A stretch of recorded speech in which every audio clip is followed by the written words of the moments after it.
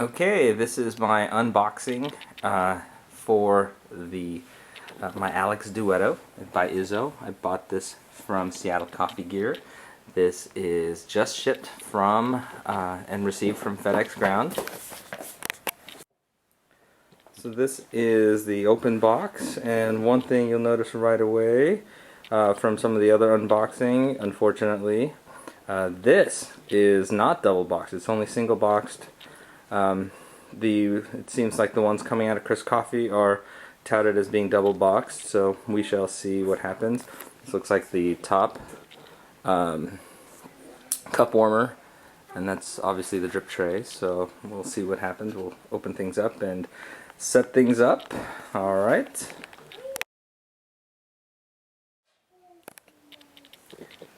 Okay, so this is the top of the box that I had taken off. You see right here we've got the single spout, double spout, portafilter, the blind basket. These are the feet that do onto the machine itself, and then right over here is the drain tube. And this is the machine right there. You can see how it's packaged. Again, I would have preferred it being double packaged, double boxed, but what can you do? Alright, here we go. Okay, this is the Alex Duetto.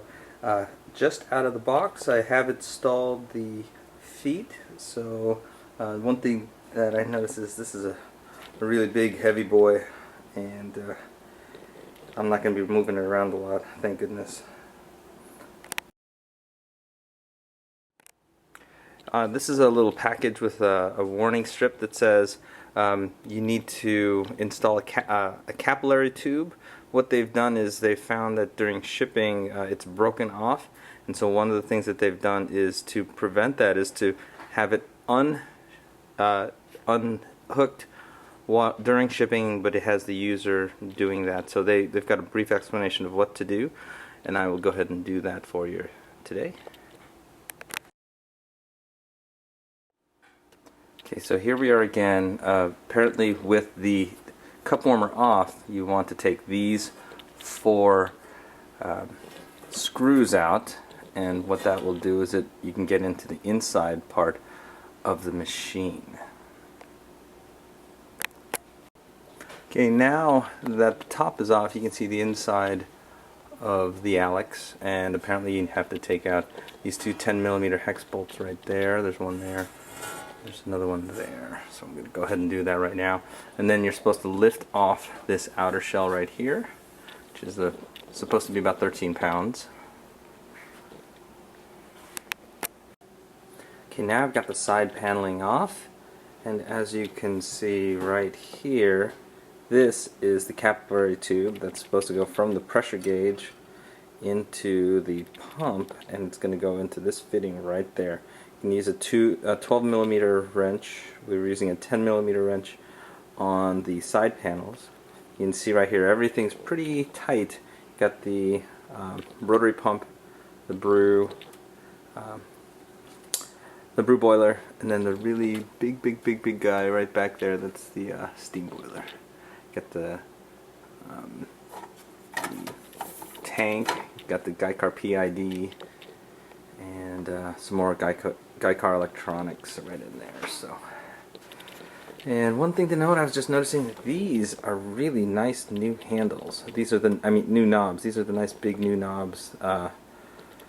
So very nice. Anyway, we're gonna go ahead and do that. Okay, so here's the top of the machine again.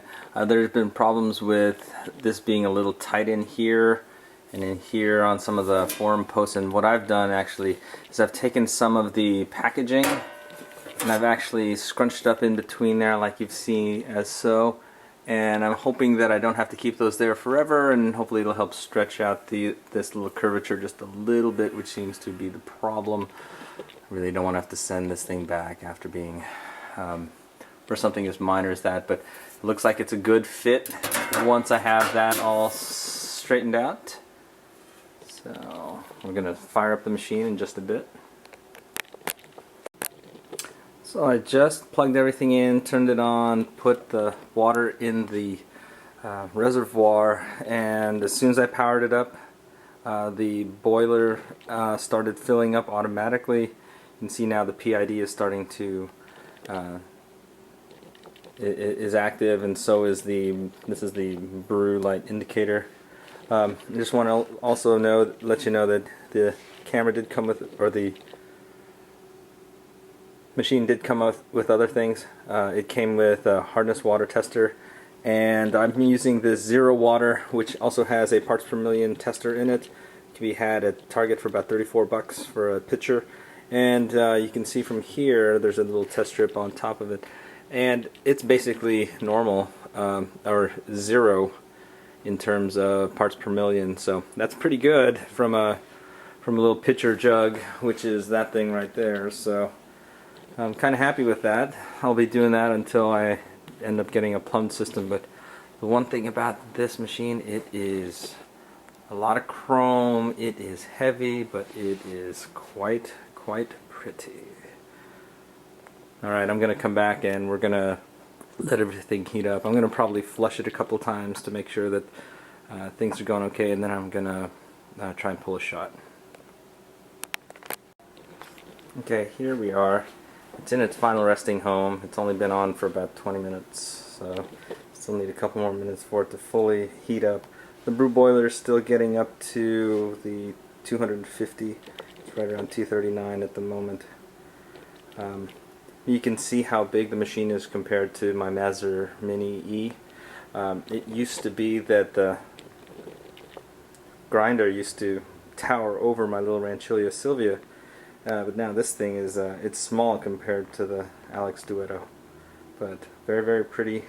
And just wanted to oh, I also wanted to show you, I am getting rails put in, but I use these little twist ties here for easy up and down off of the for the cup tray.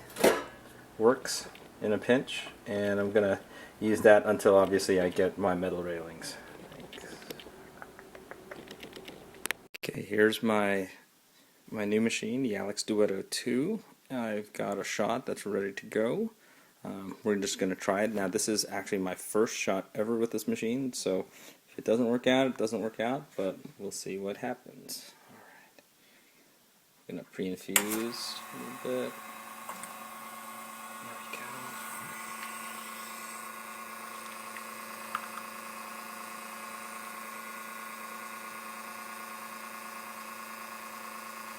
Looks good. Maybe a little tight.